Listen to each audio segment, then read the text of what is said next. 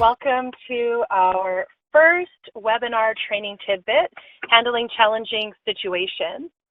I'm your host, Carrie Holmes. One thing Mel and I were kind of, as we get used to this style and this platform of webinar sharing, one observation we had is that most likely this number that I gave to you is a U.S. number. So if that's a concern for you, for phone bill, etc., I do have another number, or you may have noticed it listed under other audio options. It should have given you a list of countries and codes and all this sort of thing. Just so before we start, if you are concerned about that, here's a number, a Canadian number. It's 438-800-2937. That number once again, 438-800-2937. I believe you'll require an audio pin as well, and that number is 706-4331. So again, the number is 706-4331. With this style of webinar, it is a one-person show. So essentially you're forced to listen to me the whole time, and there isn't much collaboration. Since this is our inaugural, I would love to hear feedback from you. You can just send it to my email address where you got this login information, holmes.carrie@hotmail.com. We'd love any feedback if you think it would be better to be more collaborative. I've been delivering webinars for just over a year now, and I see benefits to both ways. One thing I have noticed is that a lot of times people just want to kick back, have some popcorn or chips and dip, as some of our friends enjoy on the island, and just sit back and listen and watch. So just let us know your feedback. We'd love to hear from you on that. So handling challenging situations, as you know, this is a webinar, which means that it's just a tidbit, a small snapshot of a much larger training. Some of you have had a version of this, and really any type of challenging situation, we try not to say dealing with difficult people, because let's face it, we're all difficult at some point.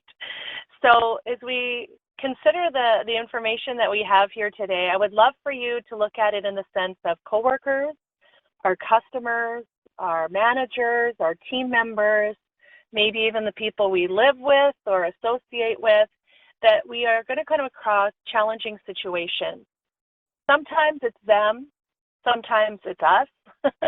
So being able to be able to see between which one it is, so that we can adjust our behavior and hopefully be an influencer in someone else's life.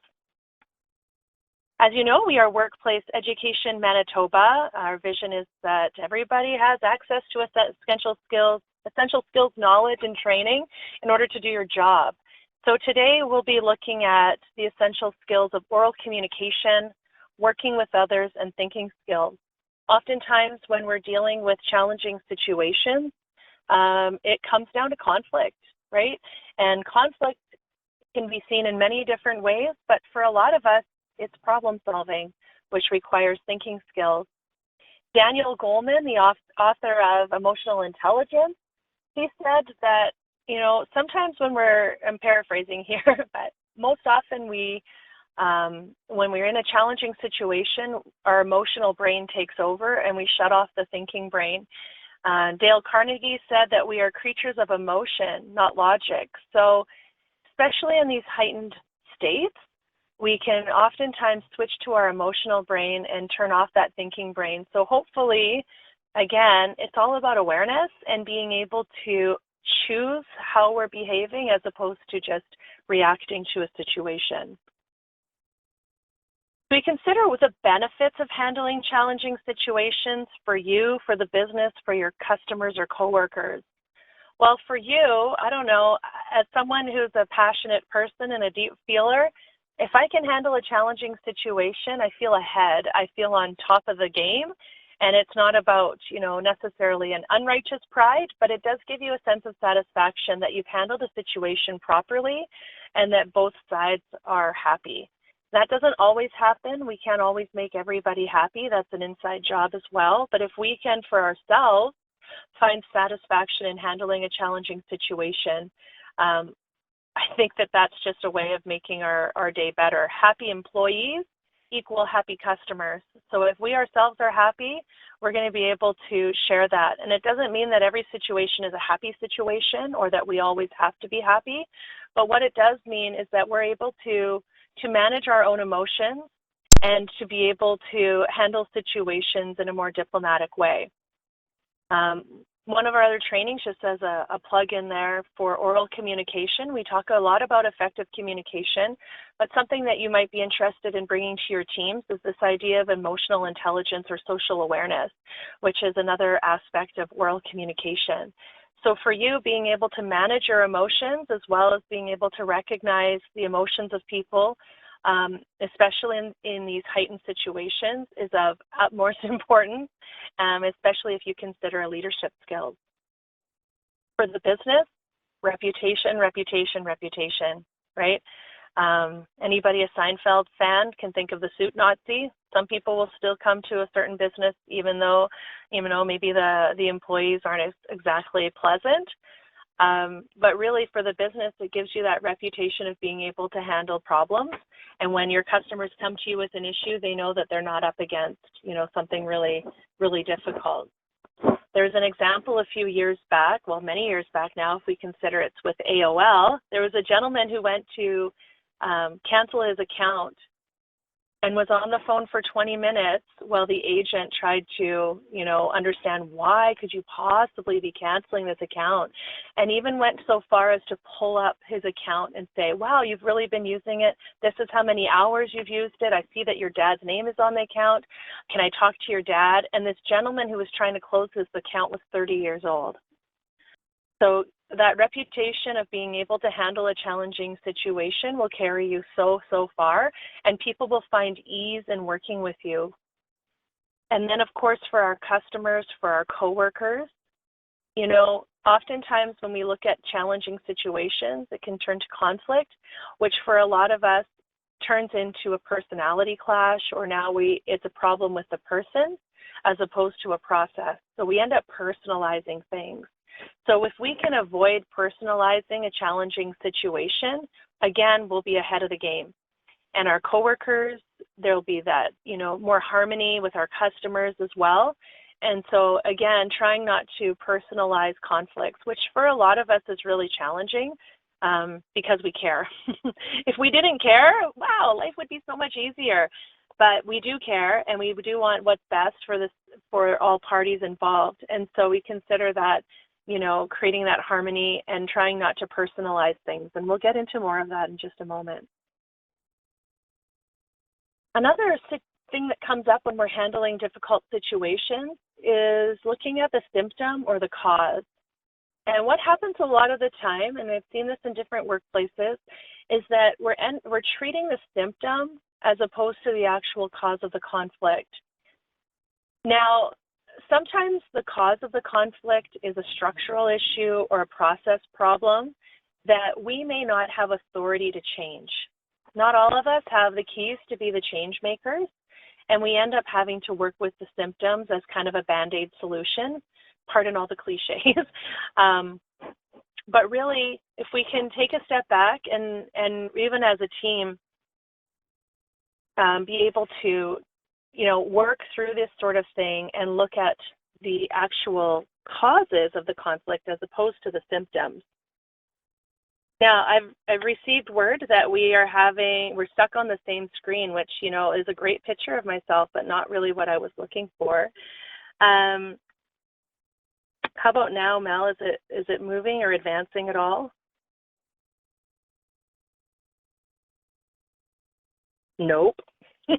You're adorable. Is it still on the same screen right now?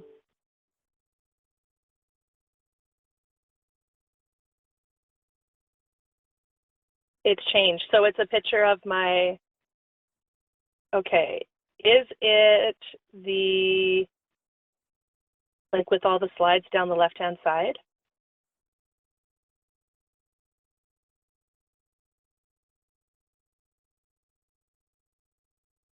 Magnifying glass. Is it full screen?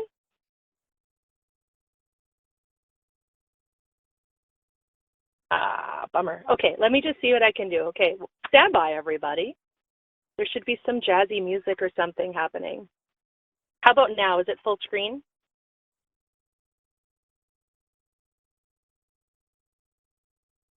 What the heck, folks? Okay. Well, that's all right. We're learning. We're growing. It's a challenging situation. That's okay. Symptoms and causes. Do you see this?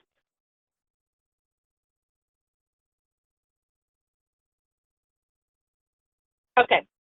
All right, so symptoms and causes. So again, just to recap what I was saying, oftentimes we end up looking at a symptom as opposed to the cause. You'll maybe hear me give the example of a headache. Why do you have a headache? Oftentimes we don't really think about the why, and we just reach for Advil and take a couple of pills and move on with our day instead of going, you know what, maybe I should drink more water so that this doesn't happen. Or, you know, consider getting a night guard or whatever the problem is that's causing the headache. But oftentimes we just kind of go through the motions of, well, this is a problem, we'll solve it, and we'll move on. And then we end up with the same situation again and again. So that's really what we're looking at. So consider that in your problem solving or in your team meetings. Are we looking at symptoms or causes? And really, active listening is a huge part of being able to overcome our problems, right, in challenging situations. And one of the hardest things in our busy world and all of the dinging and the scrolling and the phone calls and this and that is to be able to ignore distractions. It's like a superpower essentially right now, right? So we want to focus our eyes and ears on the person who is talking and really listen for those key words and phrases. People don't always tell us, you know, directly what we want. Those of you that have had Platinum Rule training know that we have people who are more direct in the way that they communicate and people that are less direct. And so we have to sometimes dig for those key words and phrases. Really, 2 eyes, 2 ears, 1 mouth, that should tell you something with that ratio. Some of the techniques that we're offering to you today, make sure that you've understood what your customer is saying. And I have customers in quotations here because sometimes our customer is an actual person that's walked in. Our customers can also be the people that we work with. And make sure that we're asking questions to clarify what it is that they're actually saying, especially in this busyness or if we've been distracted, that we clarify to make sure that, you know, everything is clear to all parties. Becoming an active listener means that we look for those nonverbals. We know that the main way we interpret a message is through body language. Cue that you're getting the message and tell the customer what you've heard. Look for those missing pieces of information. And my new favorite phrase is it possible? Open your mind to the possibilities and opportunities and notice your customer's response. Look and listen, right? Listen silently. This is something I think is missing. Sometimes we feel the need to fill space. We do it in our homes. We do it in our computer desktops, right? Where we're constantly looking to fill the space. Enjoy the space. Practice the pause. Gather information and using empathy. And that's a whole other discussion. Really, if we can use empathy when dealing with difficult situations, we'll be way further ahead and less frustrated. Brene Brown has a great YouTube video on empathy versus sympathy. If you haven't watched it, I've seen it a billion times and I get something from it every time. So Brene Brown, empathy versus sympathy. She does a great job of explaining the difference and the impact that empathy has. It's about making connection. And then we have to ask ourselves, is conflict all that bad? Like I said, we all have, you know, different personalities and communication styles. For some of us, conflict is just a problem to be solved. For others, conflict is like death, right? It's the worst thing possible. So conflict really is only undesirable when it's destructive. And really, healthy conflict can bring innovation, creativity, and better understanding. And we look at where is this conflict coming from? And in my experience and my giant opinion, miscommunication is usually where conflict stems from, a misunderstanding, perceptions. Sometimes it's a lack of resources, which again, we end up personalizing, or a misinterpretation of what's being said. And misinterpretation can come from many sources, right? And maybe it's not being able to recognize a data issue. Maybe it's an actual language situation where we're not coming from the same mother tongue, or even language within an organization. You may not recognize it sometimes, but you have your own language within your organization that's key to yours. So I remember one time I was working with someone and they said, well, we want you to do CSP at WH. And I was like, what? Which was customer service training for Winnipeg Harvest. But at the time, I wasn't used to their language, and so it was really challenging. So again, misinterpretation. The other thing we see with challenging situations is we end up with less effective teams. Part of it is trust issues, but really negative conflict creates an environment of fear, frustration, distrust, and avoidance. And so we end up having, difficulties on our teams, which at first maybe wasn't a personality problem, but is now totally heading in that direction. So again, my new favorite saying is it possible? Are we jumping to conclusions? Is there storytelling happening or gossiping? Are we not listening, or are we selective listening? Are we avoiding situations instead of looking at them? Poor communication, a lack of empathy perhaps, and even for ourselves, for humility, well, really on either side. And definitely ego can play into this for difficult situations. Empathy is about trying to see a situation from someone else's view, and I truly believe that when we have empathy, we will be well on our way to having humility as well, because it's about making connection. And that's definitely something that can be missing when dealing with conflict, because we get wrapped up in our own emotional brain, right? We're not really thinking about the bigger picture, we're thinking about ourselves. So when we can sprinkle in some empathy and humility, then we can focus on what's right as opposed to our deep-seated need to be right. Because let's face it, we're not always right. I hate it when I'm not right. Another thing is to approach with curiosity. So the next time you find yourself judging a situation, consider replacing that judgment with curiosity. It allows for possibility to take over, and you might just see the situation in a new light. Is it possible? Yes, it is. Now, I mentioned that not all conflict is personal.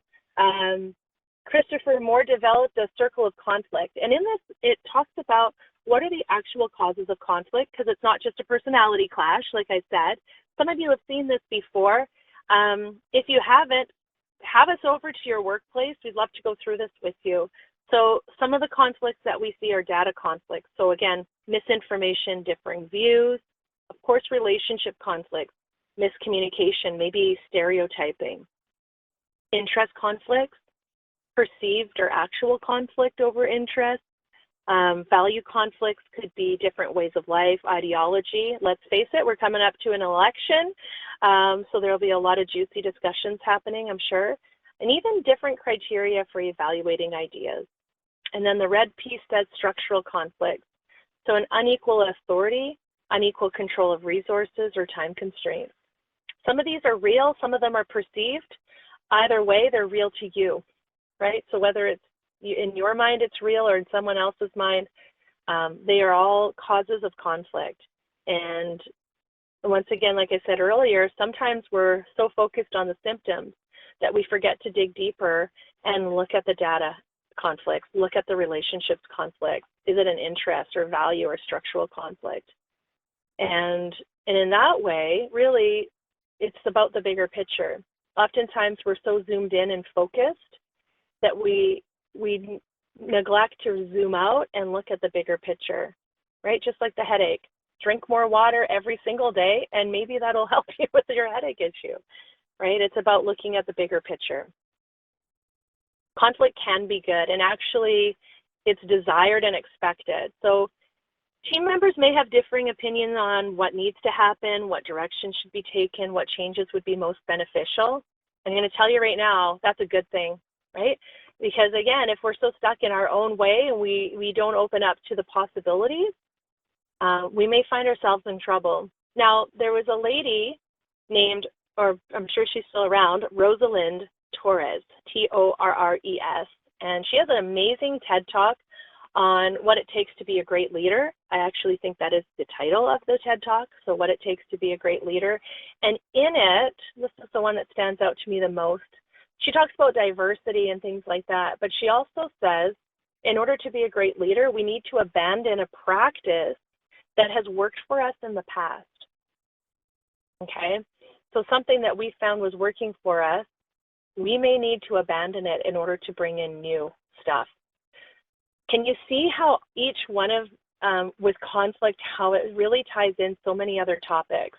We've discussed communication, we've discussed emotional intelligence, and, in case you can't smell it, change, right? Change is another part of conflict, where if we are not change ready or resilient, we will find conflict really difficult and most likely personalize it, like I said.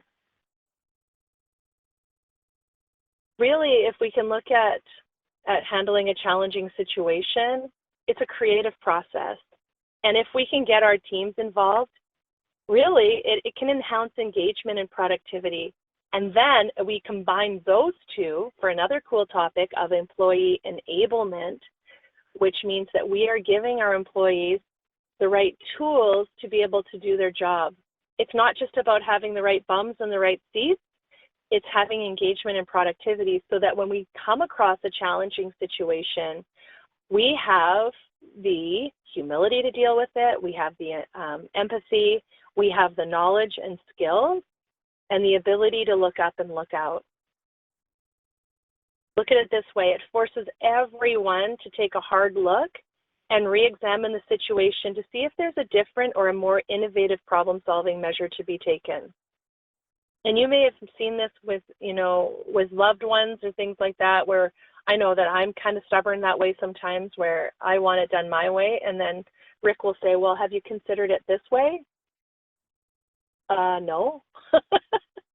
Right? And so when we collaborate, if that's an option for you in your workplace, to be able to collaborate and come up with creative solutions, guarantee you're going to be more successful. Like I said, constructive conflict often results in the integration of several ideas that produces a better solution and often requires change. So looking to the future, maybe consider having us over for some change readiness just to see where your team is at. Sometimes we think we're really resilient, but when it comes down to it, we get stuck. And change can be one of those things that, oh, we don't like change or this and that. But how many of you are typing on glass to call home, as opposed to searching through your pocket for some change to call out a payphone? Certain changes we seem to adapt to quite easily, and other ones maybe that we've personalized or that we like to hang on to, we're less change ready. So being able to be resilient and have that tolerance for ambiguity can be really, really important, especially when dealing with handling a challenging situation. So when conflict is handled properly, interest and energy is increased. You're going to see your teams become more dynamic and cohesive, like this lovely ice cream cone image we have. So to be energized, engaged, and enabled, that's what we want. That's how we want our teams to be. And it's my hope that you'll be able to find that in your teams, to be able to draw the best from each one of your team members. And really, here's a quick 4-step strategy on handling challenging situations. The first one is to listen with your eyes and with your ears, with your heart, and then to acknowledge what's being said. Work together to solve the problem and thank them. Now, whether this is a coworker, a peer, a mentor, or our customers, their actual clients, thank them, right? Because as you work together, you're going to be able to find that you have that better teamwork, and really we're better together. Thank you so much for tuning in for our first webinar. There are a couple of glitches, and we appreciate your patience with that. Like I said earlier, this tidbit is part of a larger training. We could probably do a full day session on this easily. So contact us, let us know what you thought of this webinar. We have a few other things coming up. You'll be getting a newsletter coming out shortly about our October stuff coming up in November. And like I said, feel free to invite us over for the further training. We would love to hear what you thought of this format for our webinar, minus the having to read from the actual PowerPoint place where we developed it. But thank you so much for being here, and hopefully you found something that you can take home and own. Take care, everybody.